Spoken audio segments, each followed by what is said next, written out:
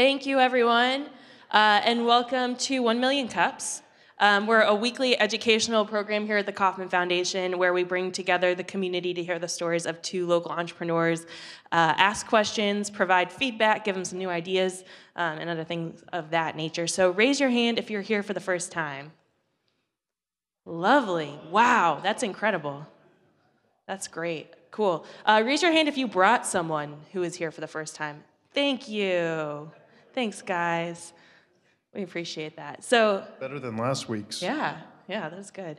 You might notice there's something a little bit different about us today. This is for one of our presenters. But we just wanted to first recognize a couple of groups that are here with us today. First, we've got a delegation from Albuquerque, and Mayor Barry is here joining us today. So say hello. I don't know any Albuquerque jokes, or I would make a really bad one right now. Something about green chilies. Then we've got a group from K-State here as well. Hi, guys. Thanks. And who else? Oh, Northland Caps.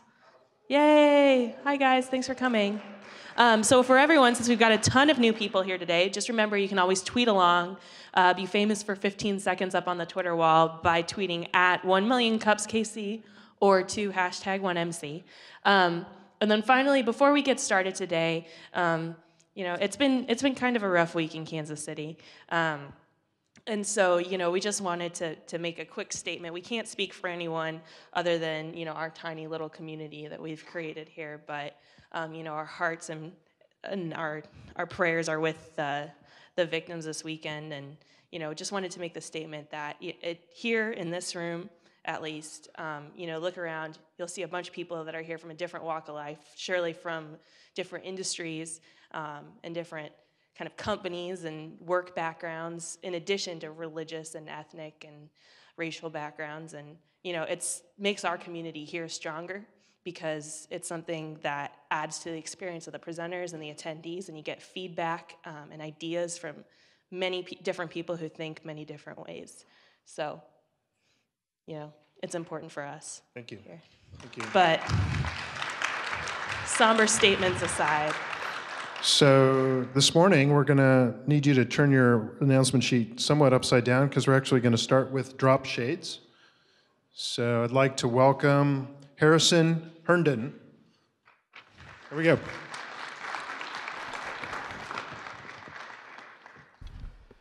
Good morning. Can everyone hear me? All right, perfect. Well, first of all, I would like to thank you first and foremost for just inviting me to the Kauffman Foundation. This in itself, for someone who's 22 years old and still in college, is a huge, huge accomplishment. I'd like to thank you first of all for that. Second, I would like to thank you for allowing me to skip a Spanish test, because I really didn't feel like doing this morning, so thank you guys. So with that, we're going to begin the presentation. My company is DropShades, and we are the world's first sound-reactive sunglasses. I have a short video clip that kind of provides and tells you guys what we do.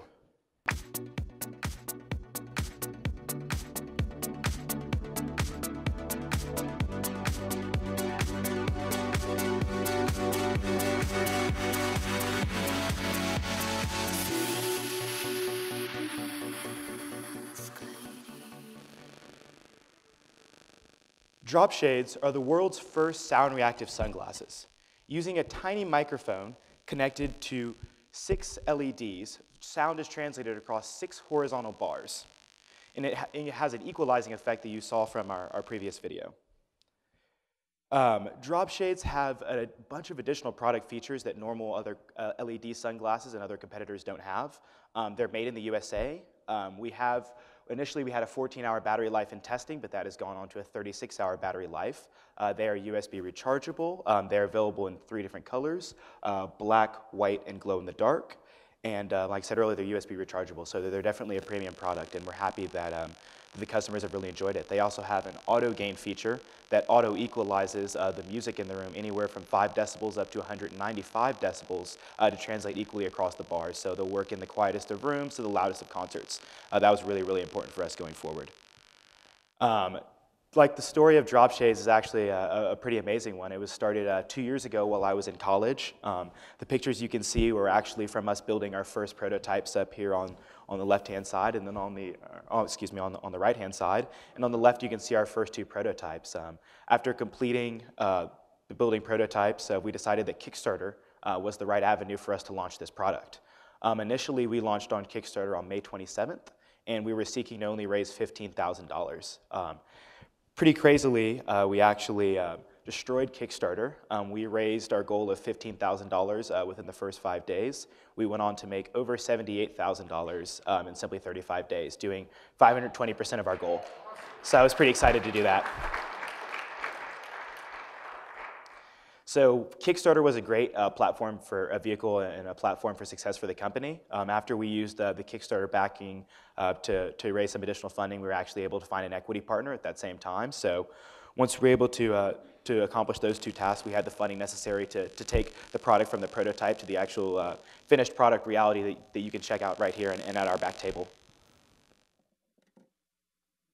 Our target market for DropShades, we would say, are males between the ages of 16 to 34. A lot of the times they're associated with the EDM industry or electronic dance music industry that has kind of taken hold of the United States and grown very rapidly over the course of the last 4 years.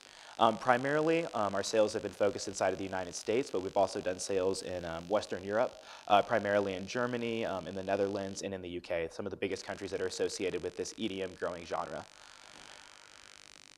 This is just a little industry trend for those that don't know about the EDM industry. It's estimated at $4 billion a year and is the largest and fastest growing genre in the music industry today.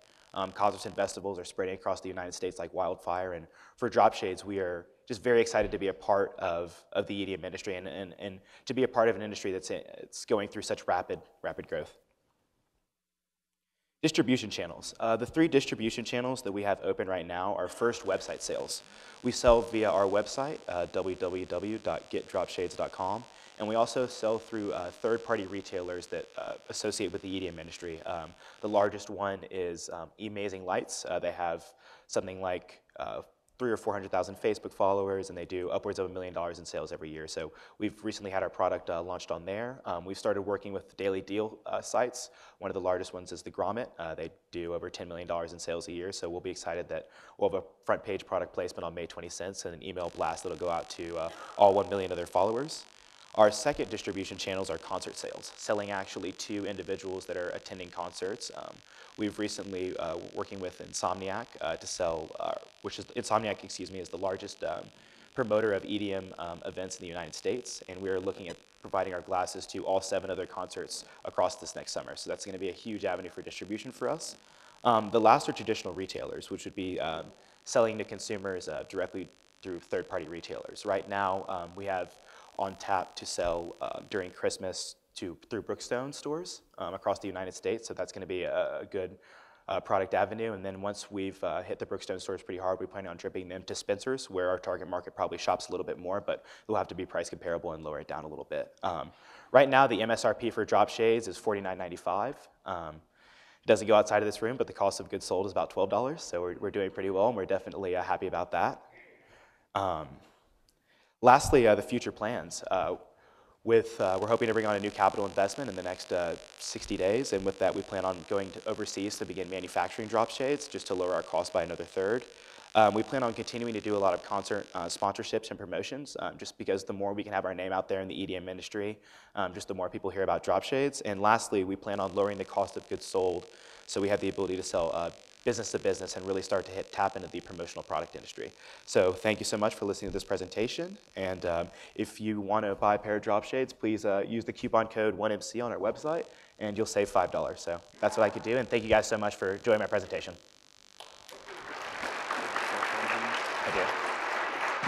Thank you. Questions? Excellent. I'm sorry. Got a mic for you.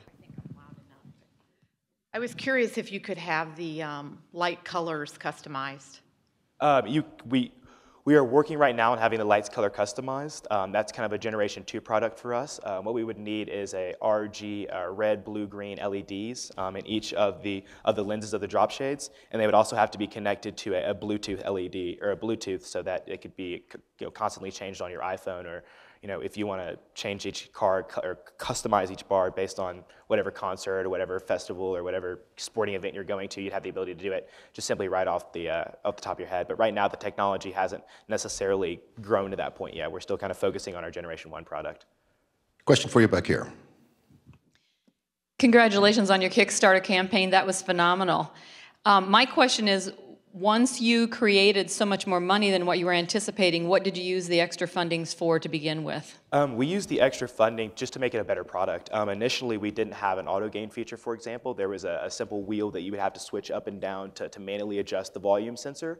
So we were able to remove that. We initially were going to have AA batteries used as the batteries that were power the drop shades, but we were actually able to use lithium-ion rechargeable batteries that were able to last for 36 hours. So we used the money or the extra capital we had to just make a better product because we knew that this Generation 1 product was kind of going to make or break the company. So the more money that we could spend focusing on our product, the more money we would see on the back end.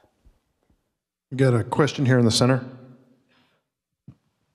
Hi, you said that you guys are the only people making these kind of glasses in the United States, but then you also said that you're going to be doing it internationally too. So are you going to keep the processes in both, like in the United States and then off wherever else you're going to be making them? One of the most interesting things for us was actually when we flipped on the Kickstarter, we decided that we were going to go international at that point. Little did I know that going international was much harder than that. So while we've already branched on and gone international, we already have the processes and the implementation in place to go ahead and ship to Europe and even as far to Russia and a lot of the different countries all across Europe.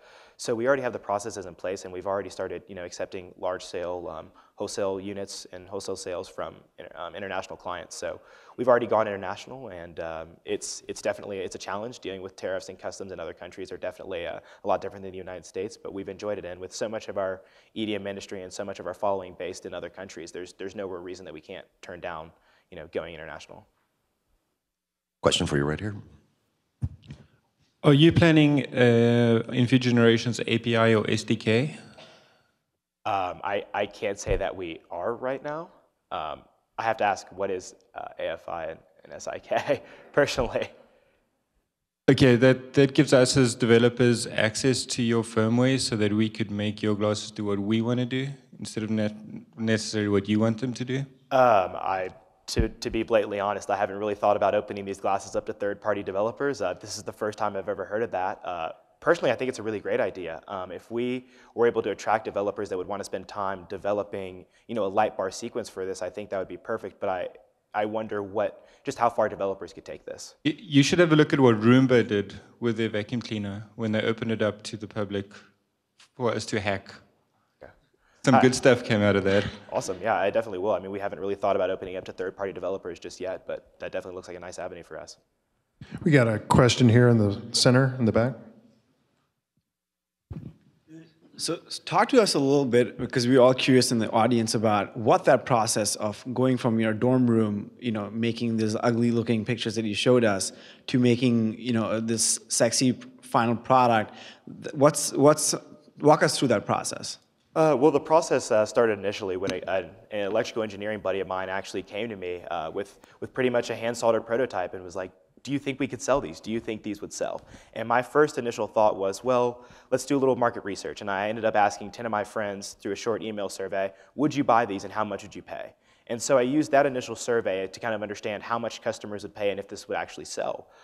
So I brought on a project manager that had specialized in Kickstarter projects in the DFW area. And about 3 months later, we had taken the prototypes that we had made. At that time, we had about 5 made, and we had worked with a video photographer to kind of make it look like we had a finalized product. And then we launched on Kickstarter, and using a pretty aggressive strategy we used a lot of press releases, and we did a lot of content marketing to kind of help push ourselves very high up into the Kickstarter track. And we were actually viewed as one of the most popular Kickstarter pages for, I think, 24, 48 hours, which landing you on the front page of Kickstarter is almost a guaranteed model for success. And after that, I think it was the price kept everything pretty comparable. At that time, we were selling them for $30 online.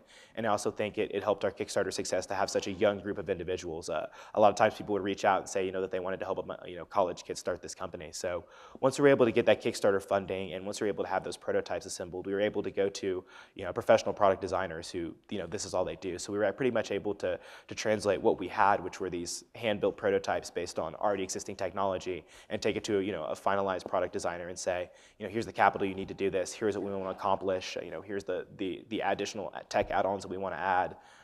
And then we were actually able to, it was a process of prototyping. This is actually the third generation prototype, but after going through 3 generations of prototype, we actually had a final product. So it was definitely a long road. It definitely took, I would say, twice as long as I was planning on it and anticipating as the manufacturing and prototyping process took. But that's just the way things work, especially when you want to have a product that's this perfect, or you try to make it this perfect. Question right here. 2 questions. The first one is any part of this proprietary? Have you done a patent at all on anything you're working on? Yes, we have. We have 2 patents. We have both a design and I can't remember the name of the other patent. We have a patent that covers both the functionality and the design of the product. We also have a pretty aggressive trademarking strategy. So we've pretty much trademarked everything that could be related to the product, from sound-activated glasses, sound-reactive technology, anything like that is already trademarked through the brand. So we have already been granted the design patent, but the utility patent hasn't been granted quite yet. We're still about, I would say, 16 months away from that. So we've been really working really hard on the IP.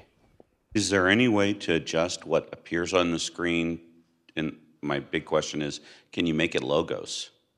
We actually do logos, but we do them on the side of the glasses. We pad print on the sides rather than actually on the glasses themselves, just because it's a lot cheaper for us to pad print your logo on the side than, for instance, to try to do a logo on the actual lens.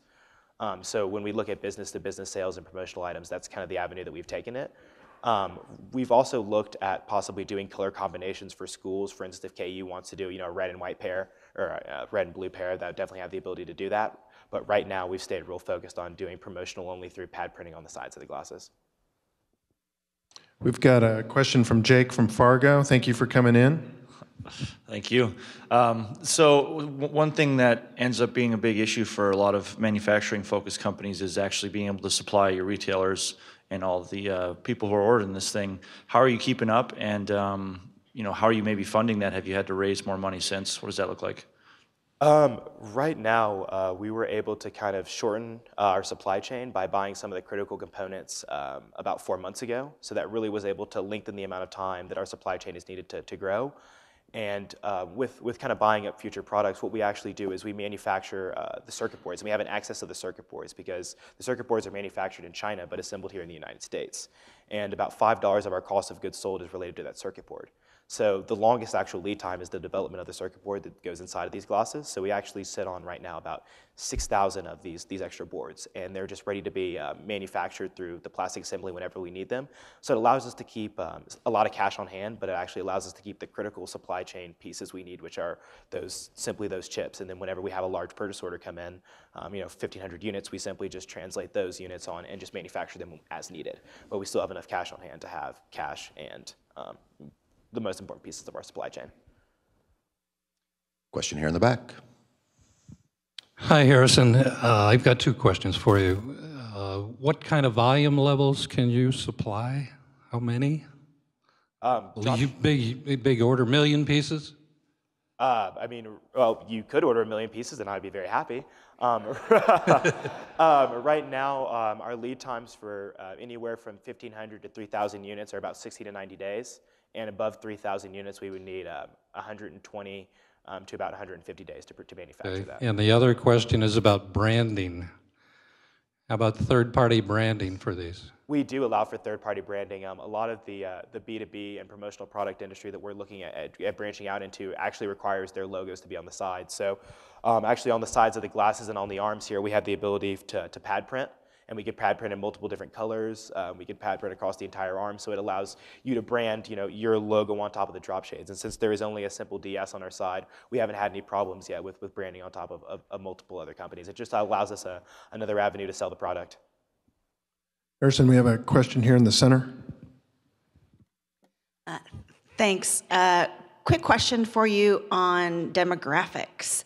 Have you considered a younger demographic? My first thought was, I want to buy these for my 12-year-old nephew. I think when you're talking about Spencer's, that's an upper-level toy store, for lack of a better term. If there are safety issues that you could perfect, I think that the 5 to 15 market would also be fruitful. We're definitely looking at branching out into the 5 to 15 market. The main problem that we've had right now is that once you start marketing goods to children, the necessary requirements are a lot more stringent. The lead that's in our plastic is going to be tested at a much higher level, and right now with not having complete, I don't want to say complete confidence, but with not being so active in our supply chain, I would be worried about our products being rejected. And right now, I really want to focus on just growing what we have initially. That's not to say that we're never going to translate into the child market, but it's just we have to wait and make sure all of our ducks in a row when it comes to manufacturing, and that everything is in line and in order to be able to go ahead and launch that. Because the worst thing that could happen is we launch a product and something bad happens liability-wise, and it kills the company the next day. So we want to make sure that everything is and our ducks are in a row before we go ahead and branch out into the child market. But I definitely think it's, when we look at where we want to be, 16 months from now and 18 months from now, I think that's one of the markets that we want to start to penetrate. Got a question here in the back. You mentioned that your target audience were men. I'm wondering if you're thinking about expanding your design to have glasses for women. We are. I can tell you right now we are working on a pink pair of glasses that's going to have a donation associated to the Breast Cancer Foundation with it. So we're really proud to announce that. We'll be working on that within the next 2 months. But the reason that I say our target market is mainly male is looking at, for instance, our click-through rates on Facebook and social media are overwhelmingly almost 92% male to almost 8% female. So it looks like the click-through rates and people that seem interested in the glasses are mainly male. But when we've actually taken them out to clubs and venues, we've had a small sect of women that have bought them, but the majority have been male in that age group. And listening to this genre of music is kind of more specifically our target market. But as we learn and as we grow and branch out the company, I think adding a pink pair of glasses that also associates to a cause that's important, not just for men and women, but especially for women, is definitely going to be a nice avenue for growth. Question over to your left. How are you going to handle, you're actually appealing to a market that changes fairly frequently, the taste in music, the taste in styles, and your market itself is aging into more mature options. How are you going to handle that? Because it sounds like you're content right now to grow 3,000, 5,000 pairs at a time, but really this seems like it's almost very much a trendy type of product that, if you could push 1 million or 2 out in the market right now, you create the market, but then it's going to explode and go away. What are your thoughts around what your market's going to do over the next 24 months? I realistically think that this product has a half-life, to be 100% honest. And I think our half-life is anywhere from 24 to 36 months. If we're doing it right, I think we last for 3 years. But I mean, if we really are planning for exponential growth and we really do this the right way, then these glasses become a trend and they become something that everyone wants. And at that point, I would be more than happy with selling 1 or 2 million of these pairs of these and then walking away from the company. I think we've always had the goal that this is going to be, not necessarily a one-trick pony, but this is going to be a 1 or 2 product company, and then we're going to go ahead and leave this market. But if we do this right, we actually will become a trend, and we'll be able to sell the 1 or 2 or 3 million glasses that we want to sell, not just in the United States, but also also to Europe and Japan. I mean, these individuals that are listening to this music are located all across the United States, or all across the world. So I think being able to be a trendy product for the next 24 to 36 months and watching the bubble grow and possibly burst is something that I have no problem doing, because I know at some point our exponential growth is going to stop and we're gonna hit a decline. We're gonna not be the cool product anymore. But until then, we've got to have this cool associated with us until that time hits. Harrison, we have another question here on the back to the right. Great product. The question I have is, since they are strobe lights, are there any safety studies that you've done, especially as it might relate to causing epilepsy or things along that line? Yes. If you actually, if anyone has time after the show, please come and try them on. You actually cannot see the light from behind the glasses. We've designed the plastic very specially around, actually went through 2 prototypes, just designing plastic to make sure that you can't see the light reflecting back when you're wearing the glasses. So we've actually had our attorneys look at it, and our counsel has signed off on it by saying that these are relatively safe. If you are prone to seizures, you probably shouldn't be wearing them just in case. But other than that, there's nothing, none of the light reflects back in your eyes, so there's no reason to worry about having a seizure. Oh, we have one more question right here to the back, to the right. With your mini microphone, do you expect having a warranty if it, in case, blows out? Right now we have a 60-day full money-back guarantee. We haven't had, we've probably had a handful of returns. So right now the technology's been working very, very well. Our supply chain seems like they've produced, a really high quality, not just a good plastic product on the outside, but actually really good circuit boards and really good microphones as well. So right now we haven't had any problems with them blowing out or any issues with that. Actually, the largest complaint we've had from customers is they've been stolen by their friends. So I guess that's a good problem to have, but unfortunately, none of the hardware has gone defective just yet. Question up front. Harrison, I actually do not have a question. I just want to commend, you're 22 years old? Yeah. I want to commend you from one entrepreneur to another. This is a fantastic presentation, and you've answered all the questions. Great. So, good for you, man. Keep rocking.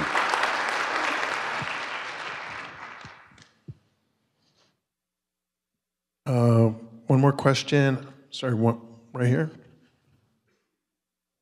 Thank you, Harrison. I want to echo his sentiments about just a very inspirational story. My question is, what are your future goals? Specifically, do you already have your next idea in the pipeline? Ooh, the next idea. I do not have the next idea in the pipeline. All I will say is that I've always wanted to be on the Forbes 30 for 30, the 30 best entrepreneurs under 30 years old. So that's kind of the only goal as of right now. Other than that, I hope DropShades will be a success over these next 24 to 36 months, and at that time, the next idea will pop into my head, and I'll hopefully have the same team of guys that are behind DropShades, and we'll just roll into the next project. So I definitely look forward to not only this company, but the team that I've built and the networks that I've established already.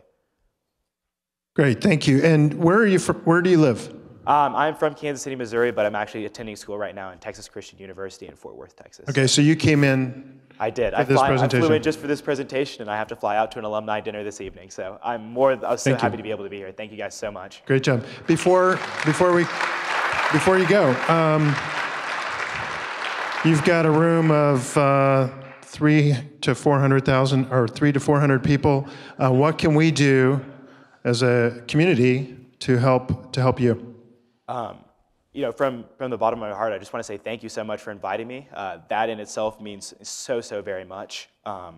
And just, if you would like to go on and buy a pair of glasses, that means a lot. If you want to post on social media saying, hey, I saw DropShades, these are cool. I mean, if you just want to let a friend know, hey, I saw these crazy glasses that light up to the beat of the music, I am more than happy. Or if you just want to say, I saw this crazy kid this morning show me these light up sunglasses that I never want to buy again, that's okay with me.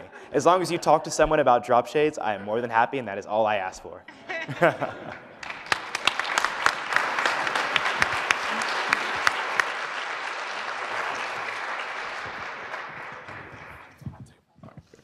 All right, so we've got a couple of announcements, as always, for the middle. So we have these beautiful announcement sheets on your seats provided by MediaHead, our announcement sponsor. Thank you, Toby. So take a look at the sheet. You'll see there's a ton of interesting stuff going on in Kansas City this week. The Athena League is having an event at Google Fiberspace. There's a 2030 CEO event tonight, and then there's also an upcoming startup grind, which is always really interesting at Cremalab. So also wanted to say hi to our Fargo organizers who are visiting us today. Hi, guys. And then finally, had just a couple other announcements for you. We're in 34 cities today. How crazy is that? Yeah. So we launched today in Little Rock, Arkansas, and in Nashville, Tennessee. So, hi guys. Congratulations. A couple of other quick things. Kauffman, as you may know, offers a variety of great resources to the community, one of which is the coding classes that they offer, open to the public. You can register online at eventbrite.kaufmanlabs.com. And there's some, I think, intro to coding, HTML classes coming up, and one of them is taught by our very own Sub-Bob, who often is a questioner and live tweeter here at 1 Million Cups. And then there's a new program out there provided by K-State. and it's for early stage companies. To get more information, check out the 1 Million Cups Twitter feed, or go to k-state.edu/lab to find out more information. And then finally, John McGovern is somebody who you might remember. He's one of our former 1 Million Cups Kansas City organizers. And I want to also say hi to George over there, who is also a former organizer, and Mike Craig, who's here helping us run mics. Oh, there he is. Hi. Run mics around while some members of the team are on vacation.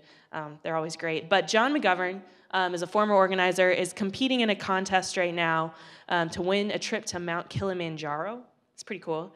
And he's launching a new startup called howtoadventures.com. So check out the 1 Million Cups Twitter feed again. Go online, vote for his video.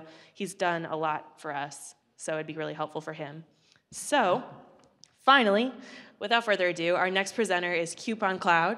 I want to introduce Matthew and Adam to tell you a little bit about their new product. Hi, how are we doing this morning? All right, great. I'm Matthew Simrell. I'm the founder and CEO of Coupon Cloud. This is my co-founder, Adam Coombs. And together, we're building a platform that simplifies the way consumer packaged goods coupons are processed today. So, click. Coupon Cloud is a processing platform designed specifically for the consumer packaged goods coupon industry. While what we're doing isn't like a sexy deal like DropShades or something like that, it's a problem that really needs to be solved. It's something that's desperately needed in the industry. Let me show you why. These days, some stores can collect more coupons than paper money. So these little pieces of paper are handled no differently from cash. The amount that's on that coupon is exactly what they're worth, so we do treat them like cash. When they get to our corporate office, they're all put in one big pile and sent to a clearinghouse. A clearinghouse is a company that collects and again counts coupons. That's what a North Carolina firm named Inmar does with 2.5 billion coupons a year. You could circle the earth 9 times with all of those little square pieces of paper. After Inmar counts the coupons it receives, it bills the manufacturers who offered the discounts in the first place. But the counting doesn't take place in North Carolina. Coupons travel to Del Rio, Texas, and then across the border. Yes, Inmar ships your coupons to Mexico. We started doing what we do for brands and retailers in 1980, so we were pioneers. Just the same as back then, workers today still scan and sort every single coupon. Verify the counts, make sure they're all accurate, and we will spread the money out between the thousands of stores that sent the coupons in. It's in Mexico, after logging thousands of miles, that coupons finally die in a shredder. Okay, so this is completely ridiculous. You can either have a really great idea or you can find a really big problem to solve. We were just fortunate enough to find a really big problem. I mean, right now, right this minute, there's literally hundreds of pallets of coupons in the back of trucks headed down to Texas and Mexico so that these thousands and thousands of workers can manually count and sort them. Coupon Cloud has a solution to this. Just to look at how big this problem is, it's extremely expensive. Retailers are oftentimes spending up to 50 cents just to recover $1. Because of the paper nature of the business, manufacturers are absorbing over $1 billion a year just in fraud losses. If we look at the way the process works today, you can see there's a lot of trucking, a lot of logistics, a lot of money being spent. For retailers, they're waiting in excess of 3 months just to receive reimbursement. And for manufacturers, they're waiting over 9 months just to get any data back from their coupon campaigns. Coupon Cloud changes all of that. What we do is we replace everything past the point of sale with a digital platform. We reduce this entire life cycle down to less than 1 second. We're able to do that because at the point of sale, we validate every coupon through our network, and then we move the money in the form of a micro funds transfer directly from the manufacturer to the retailer at the moment of transaction. So our platform for retailers is 100% free. For manufacturers, we just charge 6 cents per redemption, which is less than what they currently pay today.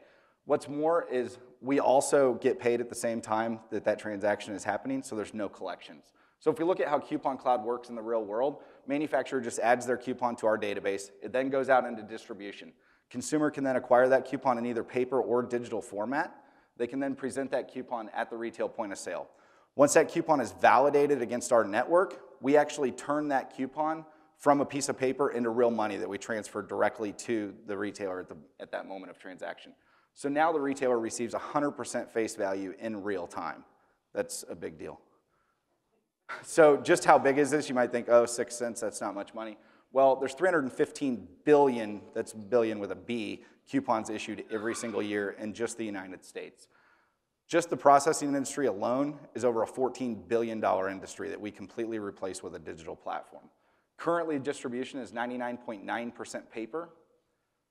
Less than 0.1% of that entire distribution is even available digitally. Coupon Cloud gives the manufacturers a vehicle to be able to control their distribution in a digital environment, which is the problem that they face today. Because today, if they issue a coupon, they may anticipate 5 million redemptions if they issue it digitally, but what if it goes viral and they end up with 50 million, and that's $1 off coupon? That's a huge outlying cost. Manufacturers can't afford that gamble, but we have a solution for them. So if we look at the way the landscape's made up now, it's made up of processors and distributors. Coupon Cloud completely eliminates all of the processors, but then we become a platform for all of the distributors to more efficiently do what they're doing today, better, faster, and more efficiently.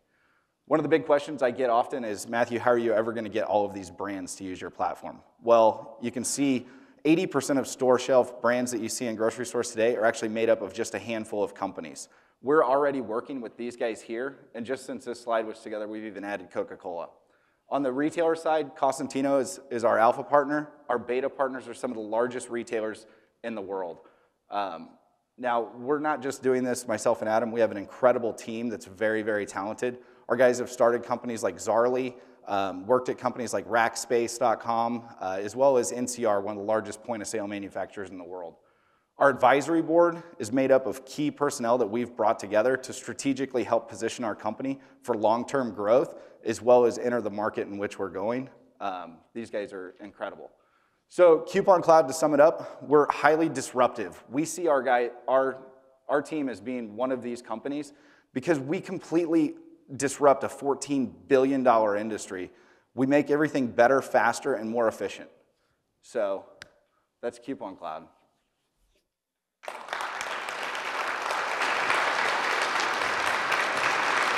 I hope you took notes because I really ran through a lot there. Great explanation. Thank you, Matthew. Do you have a personal bodyguard yet? No. Okay, you might need that. You applying? Matthew, we got a question for you here in the back. Unless you're looking for bodyguards. Okay, go ahead.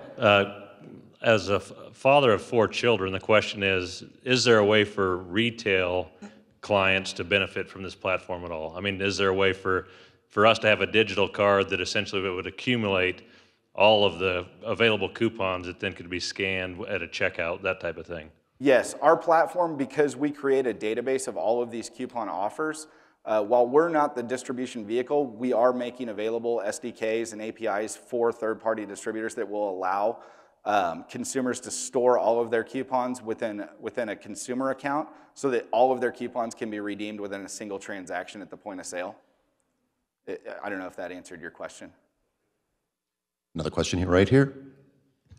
Hi, excuse me. My question would be this. The reason this antiquated industry still exists is because of fraud. The manufacturers have had endless history with every grocery store clipping bunches of coupons and just passing them through. So it's not that they're averse to technology, but a physical act is like the only way that they can really make sure that they're sending $1 or 50 cents or whatever to Kroger or ShopRite or whatever. So my question is, how are you working on the fraud, and what are the manufacturers actually saying to you? Because my guess would be is they're relatively happy with the system as it is. Actually, the way our platform works, we process identical to the way your Visa and MasterCard process. So we tie every single transaction to an individual consumer, whether that's through a consumer ID or an indexing point at the point of sale. If you're paying with a credit card, if you're scanning a store loyalty card, that way we validate that it's a real, live, living, breathing human being. Plus, fraud controls that are built into our platform also eliminate that. We actually eliminate over 99% of existing fraud that happens today. Got a question to your right. Hi, fantastic opportunity. There has been a recent history in digital for coupons, and it has really not gone anywhere. And the question for this particular opportunity is, how do you differentiate from the digital platforms that have been operating for the last 5 to 7 years, and how are you overcoming their basically market inhibitors to make this really work? I think I understand your question, and I think it's a really good question. You might stay close to him just in case he needs to reiterate this. When you're talking about existing platforms that are out there, are you referring to like click-to-card programs like what Zave and... Yeah, coupons.com has been around for quite a while, and there's been a history of So FSIs. our platform actually solves the problem that they're up against, and we're already working with coupons right now. For instance, because we become that platform that can control the digital distribution, we allow manufacturers to create a new way to expire a coupon with a redemption limit. With everything being managed through our platform at the point of sale, they can set a redemption limit at 5 million, and that can be, you know, basically a hard kill. So they can issue their coupons digitally. As many people can acquire them as possible as they want, but again, until those coupons are redeemed, then it comes off. So it creates a sense of urgency, and it'll also be printed on the coupons when they go out. So it'll have a new expiration date. It'll have, you know, this coupon expires 4 months from today or after 5 million redemptions. And do you leverage mobility heavily in your offering? We're not actually the distribution. We're just the processing end of it. So we become a platform that all of those mobile developers can tie into. Question for you back here, Matt, next to the projector. How you doing today? I'm well. How are you? I'm doing great. Great presentation. Thank I've you. got a couple of questions. Hopefully they're not too rambling. Number one, is there a coupon cloud app for, like, say, an iPhone or an Android? No. No, not yet. There will be eventually. That's the plan. But for us, again, we're just the platform, so we essentially are integrating with the point of sale. We really would like to provide our data for other developers to leverage that information. In terms of just using it to scan at the transaction at the checkout, that is something that we're going to provide. But there is no digital database of grocery coupons that exists, so we're going to have that information. So, you know, we see a lot of exciting opportunities. For example, let's say you have a grocery list, application where maybe you want to integrate the coupon data. So you go to the store and say, these are the items that I'm going to buy, and these are all the coupons that are relevant, and then you just add them to your list and go and save $10 at checkout. So that's the kind of stuff that we want to do. And so by providing that information, we see that as something anybody can integrate.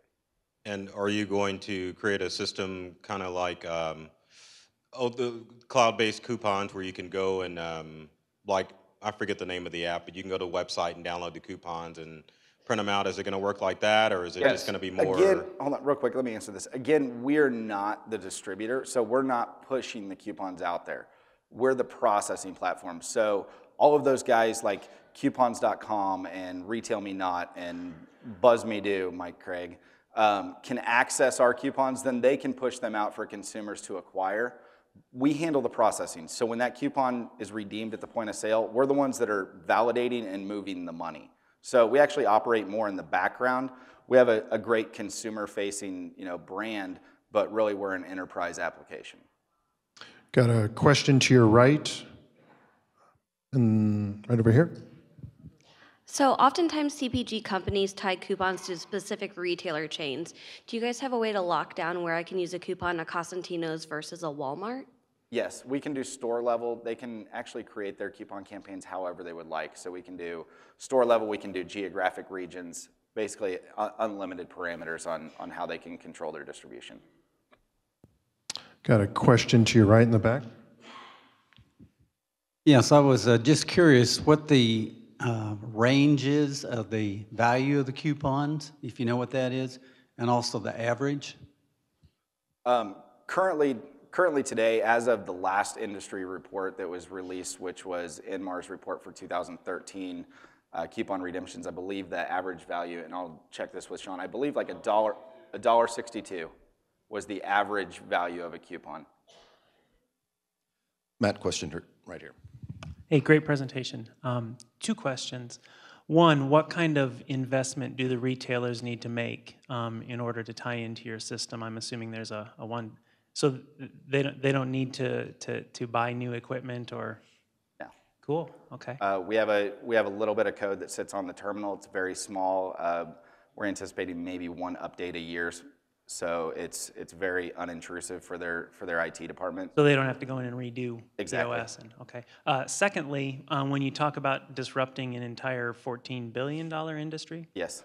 Are there any opportunities for you guys there, rather than going in and saying, hey guys, we're going to take your business away, to partner with them, to say to them, you guys are spending this amount of, your costs are this high, partner with us instead of doing the manual processing that you're doing?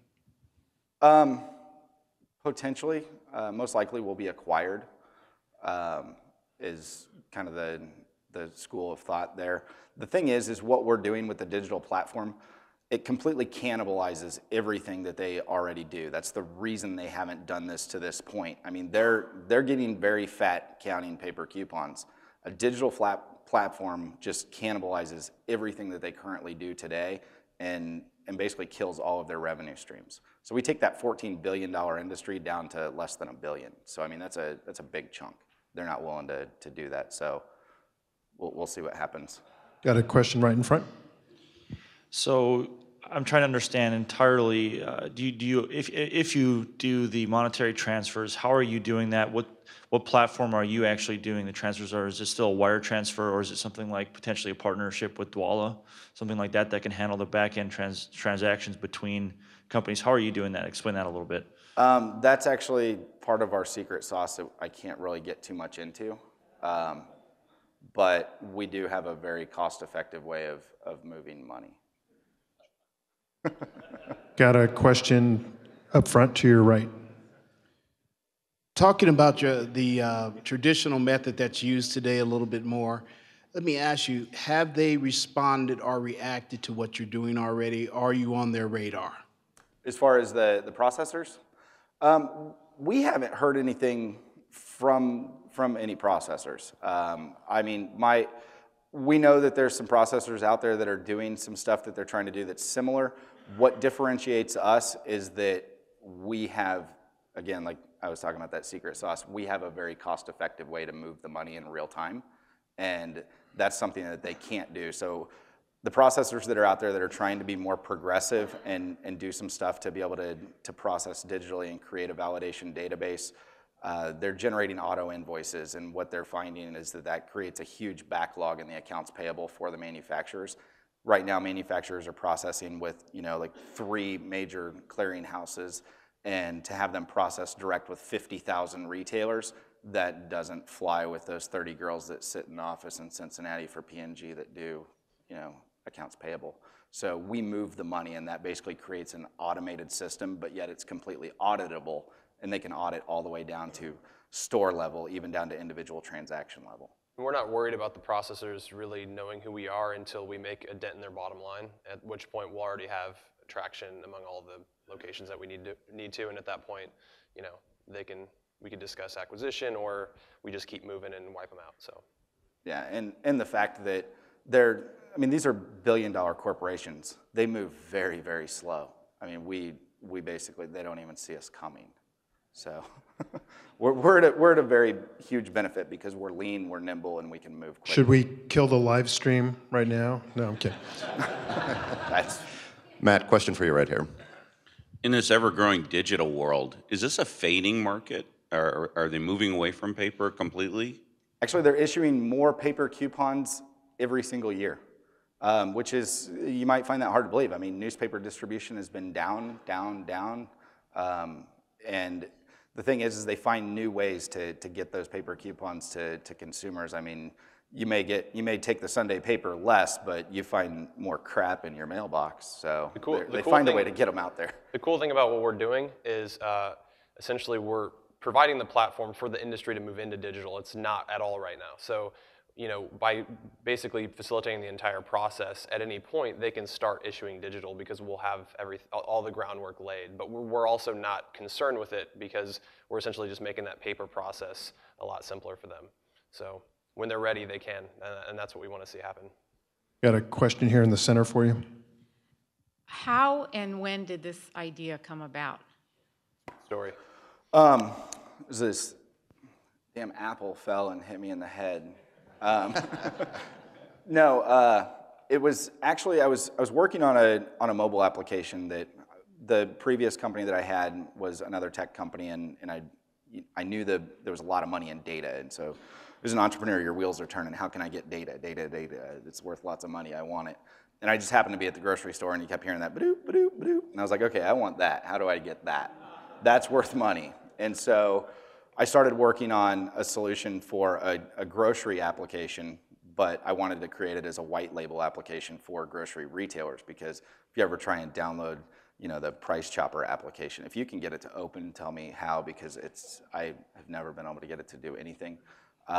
So I wanted to do something there, but yet I wanted to do something that would deliver value for the consumers using it. And I thought, well, there's all these coupons out there. What if I could, let them create shopping lists, and I could pair those coupons for what they're buying with that shopping list, and we'll just, we'll access that magic coupon cloud in the sky, and we'll get an API, and we'll pair them up, and people not only will save money at the grocery store that they're shopping at, but they'll get all of these coupons and save even more money. Well, that was wonderful until you found out that, okay, one, there is no magic coupon cloud in the sky, and two, these coupons aren't even available digitally, and then you start digging deeper why, and then you find out about this clearinghouse and the paper processing and just how archaic it is, and then it was like, breaks, let's solve the bigger problem. And so I immediately began assembling a team that was capable of solving this bigger problem, immediately began reaching out to retailers and manufacturers alike, and we've gotten a lot of really just incredible help from the manufacturers as well as the retailers. We're working closely with them to build this platform because it is what they're going to use. So a lot of their input is going into what we're doing. This was September. September. So it's been that long. Matthew, connecting to these large retailers like P&G is not something most people can just do immediately. How did you connect with them? You have to be strategic about everything you do, and I was very strategic in finding advisors that could open those doors. So Jacob Bailey, who's one of my advisors, is one of the former co-creators of Overstock.com. His current startup is called Rich Relevance. They're the largest product recommendation engine in the world. So their platform is what operates on Walmart.com and Best Buy and Target. Anytime you do a search online and you're looking at a product, it says, okay, people that like this product also like these other products. Well, that's all paid advertising, just in case you didn't know. So they work with all of those brands as well as all of those retailers. So that's been beneficial in opening a lot of doors. Not to mention George Hansen, who was the CEO that sold Zave to Google. They were in the same space. They were doing click to card. Very familiar with the space, as well as key players in the industry. Has been very beneficial in connecting us to the right folks. Okay, we've got a question up front. How are you currently funded, and do you need more money? Well, we can't talk about needing money here. I'm sorry, but you can take that offline. Yeah. But the other part of the question, go for it. Currently, we just graduated from the Spark Lab Technology Accelerator. That was an incredible program for us. It was a great platform just to really help us to grow as a company. Currently, we're funded out of my back pocket, so we'll talk afterwards. Matt, over here to your left. If you've got two people in a grocery store and they're spending $100 a piece, and the one has 10 printed coupons and you have 10 digital coupons, are we going to speed up the lines through that, number one? And number two, is that store going to be able to communicate with those digital clients quickly? Or will they have a list of who bought those 10 items? Yes and yes. So as far as the speed of transaction for processing paper coupons, it'll be no different than it is today. For processing digital coupons, we can process up to 120 coupons in less than a second by accessing a consumer account that can be accessed by a store loyalty card or a barcode on their phone or whatever. As far as being able to gain insights into what's going on, we have lots of data. We're not just processing what coupons are being presented, we're actually processing off of the T-log, so that's your transaction log. So we don't just see what coupons are being processed, we pull back the entire cart or basket data. So we know everything that's being purchased in that shopping event. So there's a lot of data. Got a question for you in the center right here. Since you're basically creating a online currency, how do you keep from, I guess, having the same problems like Bitcoin? I mean, basically you're creating a coupon currency electronically. How do you keep someone from hacking you, one of the big guys, and saying, especially if you're going to take a $14 billion market down to $1 billion, how do you keep from being hacked, I guess? Lots of really smart guys that I've hired that worked for companies like Rackspace.com that are very good as far as, and then multiple layers of security. We've got so many different fraud triggers that are being built into the platform that basically we can see, you know, stuff as it's happening, and the fact that every single transaction needs to be tied to a unique user. So they would have to write some pretty heavy software to be able to mimic that. But it's not really like Bitcoin. We're still moving their real US dollars in the United States. There'll be, you know, euros in Europe. So we're moving real currency. Question here in the back, Matt. So you know everything that's being purchased with these coupons, but at this point you're not able to relay back to the companies who's purchasing these with the coupons, correct? And is that something that's on the horizon for the digital mobile app? We do not have any consumer information as far as we don't know who the consumer is. We tie everything to a user ID, and a lot of that is just because PCI compliance issues and, you know, not wanting to have that consumer data. Now, if third-party app developers are using our SDKs and APIs to build their applications, and say a consumer ties their user ID to that application, that mobile app developer could know who that individual is and be able to, you know, see that data and pair it up with the individual, but that's not anything we're trying to do. If that answers your question. One quick question up front. So I'm a Costco addict. Hi, I'm Leslie, and I'm addicted to Costco. Are you looking at companies like that any differently, since there's a membership card that goes with it, more so than even like a Chopper Shopper card? It's actually something you pay for. So is there a different relationship with a company like that? Costco today doesn't accept manufacturers' coupons. So there are tons of coupons that I use. There's an app and everything. So yeah, and what's funny about Costco coupons is they're actually all the same. If you go through a Costco ad, it's really no differently than a store loyalty program. They just market it a little bit differently. So it's got the same barcode on every single coupon. It doesn't matter if you scan one, it redeems them all. Costco isn't really a target for us per se, although they may look at a platform like ours because it's not so costly. And the thing with Costco is they're constantly trying to keep margins low. The reason they don't accept manufacturer coupons, because it costs so much money to do that. And so a platform like ours, where all of a sudden they could process these coupons and receive 100% face value and not lose any money, we may be something that they would entertain, but that's something to be seen. Thank you. Excellent presentation. Before I let you go, you've got a room full of entrepreneurs and people interested. What can we do for you as a community? Well, we're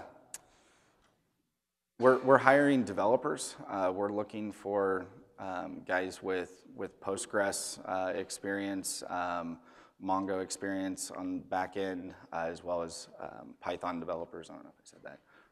So we're hiring. If you know any developers or anyone who would like to work for a really highly disruptive company that's doing big things, we have some large rounds of funding coming in the next few weeks, so things are looking very good for us. Excellent. Thank you, guys. Thank you for coming out. If you see one of the announcement sheets next to you and you don't want to take it, please just bring it back. We've got a recycling bin in the back, and you could help us out. And thank you so much. We'll see you guys next week.